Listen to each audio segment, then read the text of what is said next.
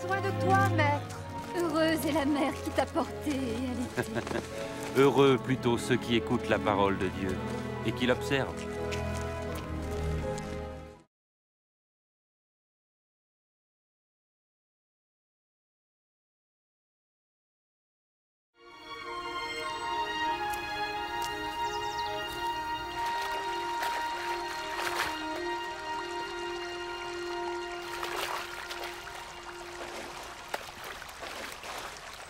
Apprends-nous à prier, comme Jean l'a appris à ses disciples. Quand vous priez, dites « Notre Père qui es aux cieux, que ton nom soit sanctifié, que ton règne vienne, que ta volonté soit faite sur la terre comme au ciel. Donne-nous chaque jour notre pain quotidien. Pardonne-nous nos offenses, comme nous pardonnons aussi à ceux qui nous ont offensés. Protège-nous contre la tentation et délivre-nous du mal. »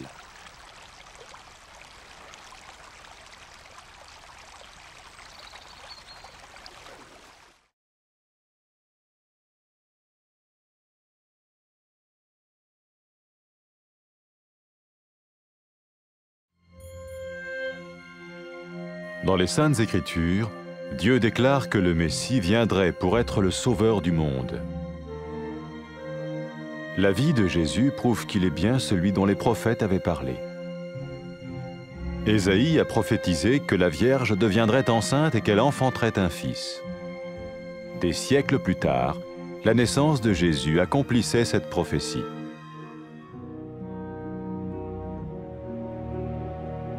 Les Saintes Écritures déclaraient que le saint à naître serait appelé le Fils de Dieu. Cela signifiait que Jésus serait le Fils de Dieu au sens spirituel et non au sens physique. Nous le voyons par sa manière de vivre. Il a guéri des malades, il a pardonné leurs péchés, les a ramenés à Dieu et leur a promis une place dans le royaume éternel de Dieu. Il s'est offert lui-même en sacrifice pour le péché à leur place. Puis il est revenu à la vie, victorieux sur la mort selon le plan de Dieu. Jésus a dit « Personne ne me prend la vie, mais je la donne de ma propre volonté. » La vie de Jésus n'a pas seulement accompli les écrits des prophètes, mais elle a aussi confirmé la vérité de la sainte parole de Dieu. Les prophètes avaient écrit « Ta parole, ô mon Dieu, est parfaite, elle dure à toujours. » Jésus lui-même a dit « Le ciel et la terre disparaîtront, tandis que mes paroles ne disparaîtront jamais. » Jésus est venu pour nous donner la vie dans toute sa plénitude. Et quand l'homme a désobéi à Dieu dans le jardin d'Éden, il a choisi sa propre voie et ses actions l'ont séparé du Créateur.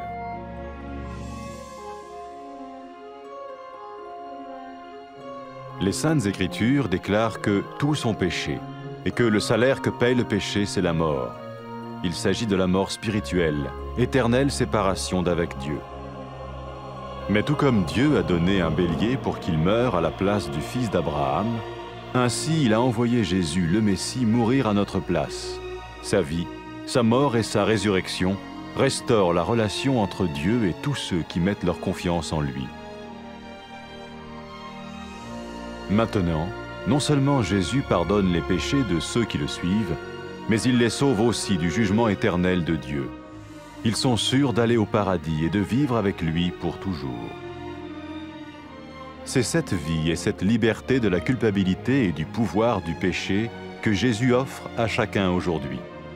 Cela ne veut pas dire suivre une religion, mais choisir d'avoir foi en Jésus qui dit « Je me tiens à la porte et je frappe. Si quelqu'un entend ma voix et ouvre la porte, j'entrerai chez lui. » Cela veut dire se tourner vers Dieu et croire que Jésus vient dans nos vies pardonner nos péchés et nous rendre tels qu'il veut que nous soyons. Il ne suffit pas d'approuver intellectuellement ce qu'il dit, ni de vivre une expérience émotionnelle. Nous le recevons par grâce, au moyen de la foi, par un acte de notre volonté. Lorsque quelqu'un est prêt à suivre Jésus le Messie, il peut lui parler par une simple prière. Peut-être êtes-vous prêt maintenant à ouvrir votre vie à Dieu. Si oui, vous pouvez vous joindre à la prière suivante, silencieusement. dans votre cœur. Seigneur Jésus, j'ai besoin de toi. Merci d'être mort sur la croix pour mes péchés.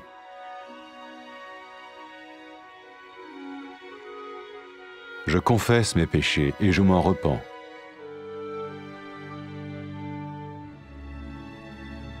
Je t'ouvre la porte de ma vie et je te reçois comme mon Sauveur et Seigneur.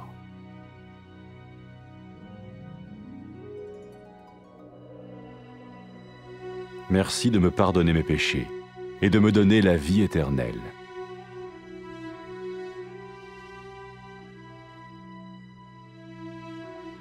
Fais de moi le genre de personne que tu veux que je sois. Maintenant que je deviens l'un de ceux qui te suivent.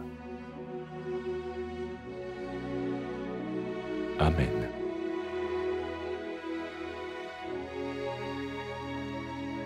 Jésus a dit à propos de ses disciples, « Mes brebis écoutent ma voix, je les connais et elles me suivent. » Pour expérimenter la vie en abondance promise par Jésus, ceux qui le suivent parlent à Dieu chaque jour dans la prière et lisent ou écoutent sa parole.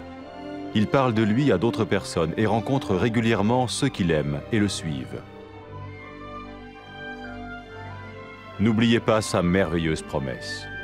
Tout pouvoir m'a été donné dans le ciel et sur la terre.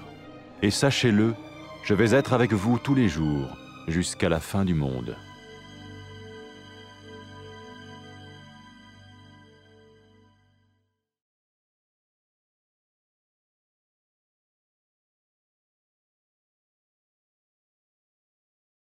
نحن محتاجين ليك يا بخت أمك الولدتك وربتك. لكن يا بخت الناس اللي بيسمعوا كلام الله وبيعملوا بيه.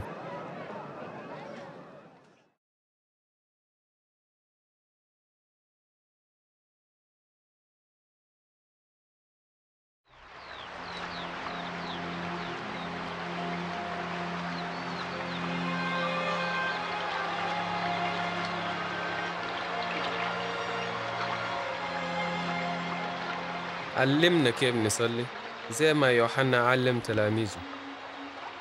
لما تصلوا قولوا أبونا في السماء ليتقدس اسمك يجي ملكوتك زي ما في السماء كمان على الأرض. أدينا أكل كفاية كل يوم. سامحنا على خطايانا زي ما نحن بنسامح الناس اللي بيعملوا لينا بطال. ما تدخلنا في تجربة لكن خلصنا من الشر.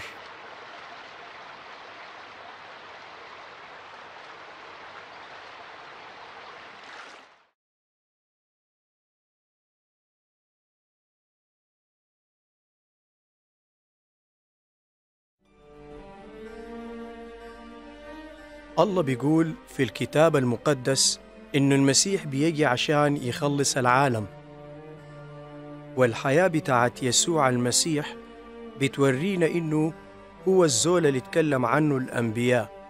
أشعياء اتنبأ وقال العذراء ماشية تحمل وتولد ابنا، وبعد سنين كثيرة تمت ولادة يسوع حسب النبوة. الكتاب المقدس قال كمان إنه القدوس المولود من العذراء اسمه حيكون ابن الله، وكده كان يسوع ابن الله بالمعنى الروحي ما المعنى الجسدي. ونحن شفنا الكلام ده واضح في الطريقة اللي عاش بيها يسوع في حياته على الأرض. شفى العيانين وغفر خطاياهم ورجعهم في علاقة مع الله ووعدهم بالحياة الأبدية، وقدم نفسه ضبيحة عن الخطية، خطية البشر، وقام منتصر على الموت. ويسوع قال ما في زول يقدر يشيل حياتي مني، لكن ممكن أنا أسلم حياتي برغبتي. ما بس النبوات اتحققت في يسوع المسيح، لكن أثبتت صحة كلمة الله المقدسة. الأنبياء قالوا كلمة الله ما فيها أي خطأ، وهي كمان أبدية. ويسوع نفسه قال السماء والأرض بينتهوا لكن كلامي ما بينتهي. يسوع جاء عشان يدينا حياة كويسة، لكن الإنسان ما سمع كلام الله لما كان في الجنة ومشى زي ما هو داير، وبالطريقة دي مشى بعيد من ربنا. الكتاب المقدس بيقول إنه الناس كلهم عملوا خطية، وعقوبة الخطية هي الموت، وده موت روحي، يعني الزول انفصل عن الله للأبد. زي ما الله أدى إبراهيم خروف ضبيحة بدل ولده، برضو الله أدانا يسوع عشان يموت بدل مننا. وبحياة يسوع وموته وقيامته الله رجع العلاقة بينه وبين كل زول بيآمن بيه. وبعد ده أي زول ماشي ورا يسوع ما بيغفر له الخطية وبس، لكن بينجيه من حكم الله الأبدي، وعنده مكان مضمون في الفردوس مع الله للأبد. ويسوع ذاته بيقدم لنا الليلة حياة جديدة، ويحررنا من الشعور بالذنب ومن سلطان الخطية. والحياة دي يسوع بيقدمها لكل واحد الليلة. وده ما معناه نحن ماشيين ورا دين معين، لكن علينا أن نختار أن يكون لنا إيمان بيسوع اللي قال أنا واقف في الباب وبدق، لو في زول سمع صوتي وفتح الباب أنا بدخل له. والكلام ده معناه نرجع لله ويكون عندنا إيمان إنه يسوع بيدخل حياتنا ويغفر لنا خطايانا ويخلينا نعيش زي ما هو داير. ما كفاية تقبل الكلام ده بعقلك بس أو بالشعور والعواطف، لكن نقبله بالنعمة بإيماننا بيسوع، وده بيتم بإرادتنا. ولما الزول يكون داير يمشي ورا يسوع يمكن يكون داير يتكلم مع الله عن طريق صلاة بسيطة. احتمال انت داير تسلم حياتك ليسوع. هسا لو انت داير يمكن تشترك معانا في الصلاة الجاية وترددها في قلبك وانت ساكت جملة جملة. يا رب يا يسوع، أنا محتاج ليك. بشكرك لأنك مت على الصليب عشان خطاياي. أنا هسا بعترف بالخطايا بتاعتي وبتوب منها، وأنا بفتح باب حياتي وأقبلك مخلصي وسيدي.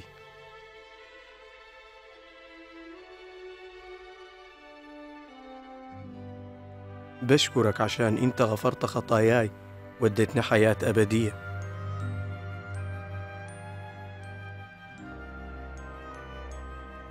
خليني أكون زي الزول اللي أنت دايره يكون، وأنا ماشي وراك.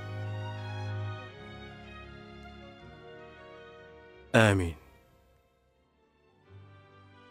يسوع قال للناس الماشيين وراه الخرفان بتاعتي بتسمع صوتي وأنا بعرفها وهي بتمشي وراي، عشان تختبر الحياة الكويسة اللي وعدنا بها الرب يسوع المسيح للناس الماشيين وراه.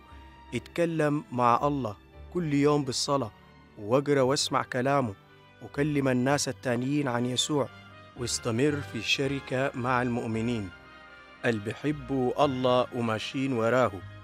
اتذكر وعده العظيم لما قال السلطان بتاع السماء والأرض في يدي، أمشوا واعملوا تلاميذ في كل الأرض وأنا معاكم لغاية نهاية الدنيا. آمين.